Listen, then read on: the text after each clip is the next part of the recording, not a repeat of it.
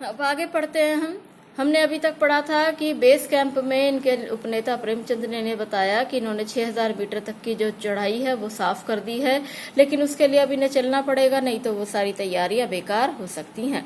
Base camp में पहुंचने से पहले हमें एक और मृत्यु की खबर मिली। जलवायु अनुकूल न होने के कारण एक रसोई सहायक की मृत्यु हो गई। जलवायु कहते हैं क्लाइमेट, अनुकूल माने इनके सहायक जो जलवायु थी, वातावरण जो था वो ऐसा था कि रहना वहाँ मुश्किल था, तो उसी के कारण एक रसोई सहायक जो इनकी रसोई बनाने में सहायता करता था उसकी मृत्यु हो गई थी। निश्चित रूप से हम आशाजनक स्थिति में नहीं चल रहे थे। वो कह रही है हम निश्चित रूप से अब हम आशाजनक स्थिति में नहीं थे।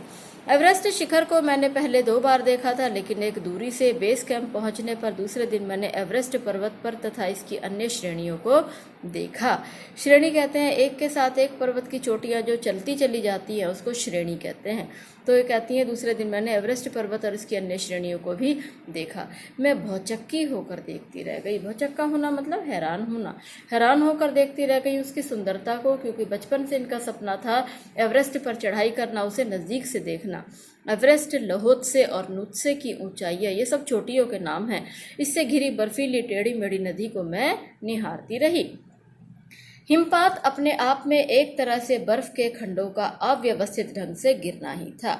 हिमपात ऐसा नहीं था कि रुई की तरह ही बर्फ मुलायम मुलायम गिरे जिसको लोग एंजॉय करते हैं पर्वतीय स्थानों पर जाकर, लेकिन जितना ऊपर जाते हैं हिमपात जो होता है बहुत भयंकर होता है। ये कहते हैं हिमपात यहाँ पर बर्फ के बड़े बड़े खंड गिर रहे थे, बड़े बड़े टुकड़े थे, और अव्यवस्थित मतलब कोई सिस्टम नहीं था।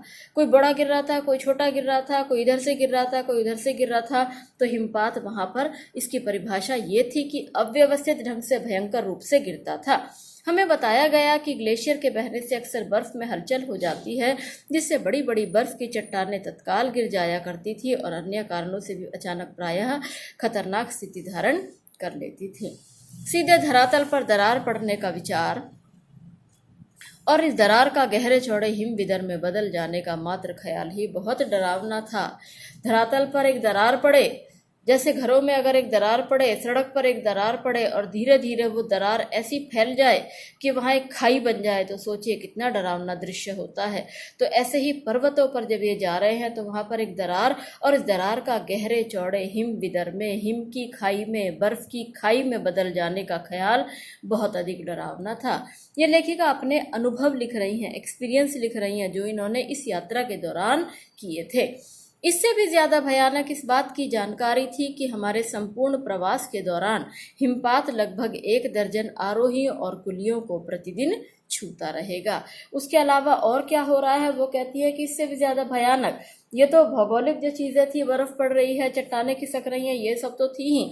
उसके अलावा उससे भी ज्यादा डरावनी बात ये थी कि हमारे संपूर्ण प्रवास कहते हैं रहना, तो ये जो इनका इस समय का रहना था उसमें हिमपात जो था ये लगभग 1 दर्जन, लगभग 12 लोगों को रोज, ये एक एवरेज था कि 12 लोगों को जो पर्वतारोही हैं या उनके साथ चलने वाले कुली हैं वो किसी न किसी प्रकार से इससे प्रभावित होंगे।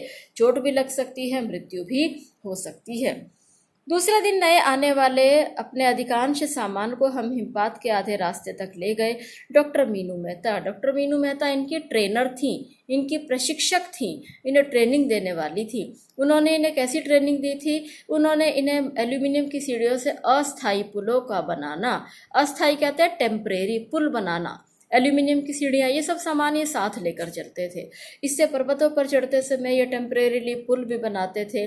लट्ठे कहते हैं लकड़ियों के बड़े बड़े ब्लॉक को, और रस्सियों का उपयोग, बर्फ की आड़ी तिरछी दीवारों पर रस्सियों को बांधना। हमारे अग्रिम दल के अभियांत्रिकी कार्यों के बारे में हमें विस्तृत जानकारी दी। अभियांत्रिकी कहते हैं टेक्निकल, अग्रिम दल जो आगे चला गया था उनके टेक्निकल कामों की जानकारी इन्होंने दी कि उन्होंने ये सब तुम्हारे लिए कर दिया है। तीसरा दिन हिमपात से कैंप 1 तक का सामान। अब देखिए बेस कैंप से ये कैंप 1 तक आ गए हैं। कैंपों के नाम आपको ध्यान रखना है क्योंकि प्रश्न में पूछा जाता है कितने कैंप लगाए गए। तीसरा दिन हिमपात से कैंप 1 तक सामान ढोकर चढ़ाई करने का अभ्यास करने के लिए निश्चित था। रीता गोम्बू और मैं, ये इनके सहयोगी हैं, साथ साथ चढ़ रहे थे। हमारे पास एक वॉकी टॉकी था। ये सब जो चीज़ें हैं जो पर्वतारोहण में आवश्यक होती थी, वॉकी टॉकी भी इन्हें दिया गया था जिससे हम अपने हर कदम की जानकारी बेस कैंप पर जो इनके जो नेता बैठे थे, उपनेता बैठे थे, उनको ये अपने बेस कर्नल खुल्लर थे, उनको ये अपनी जानकारियां दे रहे थे वॉकी टॉकी के द्वारा। कर्नल खुल्लर उस समय खुश हुए जब हमने उन्हें अपने पहुंचने की सूचना दी, क्योंकि कैंप 1 पर पहुंचने वाली केवल हम ही 2 महिलाएं थी। कौन कौन थी ये 2? रीता गोम्बू और लेखिका। कैंप 1 पर ये सबसे पहले दोनों महिलाएं पहुंच चुकी थी। तो कर्नल खुल्लर बड़े खुश हुए। अंगदोर्जी, लोपसांग और गगन बिस्सा ये भी इनके सहयोगी थे।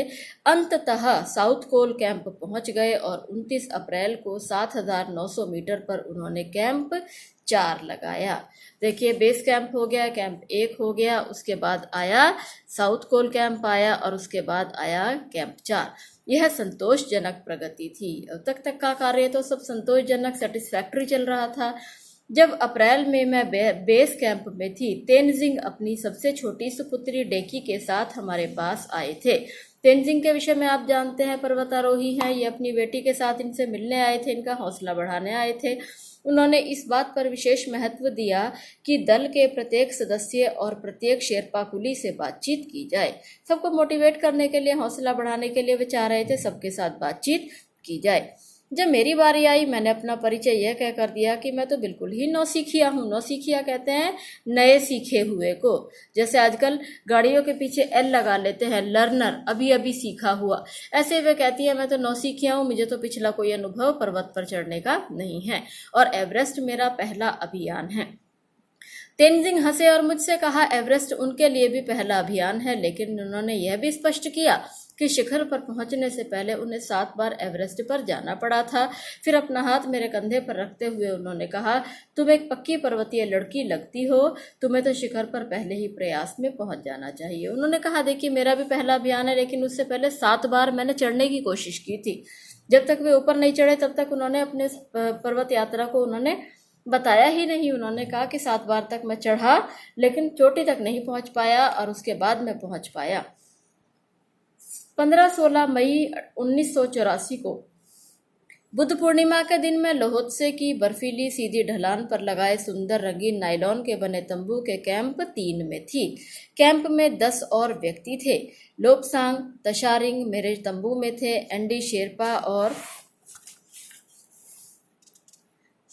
8 अन्य शरीर से मजबूत और ऊंचाइयों पर रहने वाले दूसरे शेरपा दूसरे तंबुओं में थे।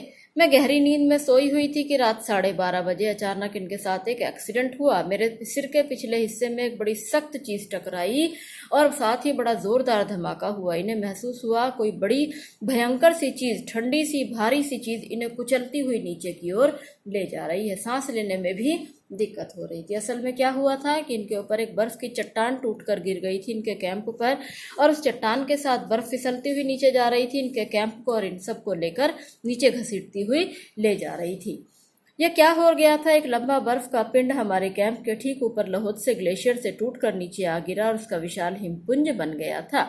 हिमखंडों, बर्फ के टुकड़ों तथा जमी हुई बर्फ के इस विशालकाय पुंज ने एक एक्सप्रेस रेलगाड़ी की तेज गति और भीषण गर्जना के साथ सीधी ढलान से नीचे आते हुए हमारे कैंप को तहस नहस कर दिया। ये कहती है कि एकदम रेलगाड़ी जैसे एक्सप्रेस रेलगाड़ी चलती है, ऐसी इसकी आवाज थी और बड़ी तेज गति से यह बड़ा सब कुछ नष्ट भ्रष्ट करते हुए ये नीचे की ओर आ रहा था। वास्तव में हर व्यक्ति को चोट लगी थी, लेकिन यह आश्चर्य था कि किसी की मृत्यु नहीं हुई थी। वो कहती है कि सबको चोट लगी थी क्योंकि गहरी नींद में सोए थे और ऐसे समय में ऐसा भयंकर एक्सीडेंट हुआ था। तो कहती हैं ईश्वर का इतना इन्होंने धन्यवाद दिया कि कम से कम किसी की मृत्यु नहीं हुई। चोट तो हर एक को लगी, लेकिन किसी की मृत्यु नहीं हुई। तो ये इनके साथ पहला एक्सीडेंट हुआ जो इन्होंने झेला। रात को सोते हुए अचानक इनके ऊपर एक बड़ा बर्फ का पिंड आकर गिर गया था।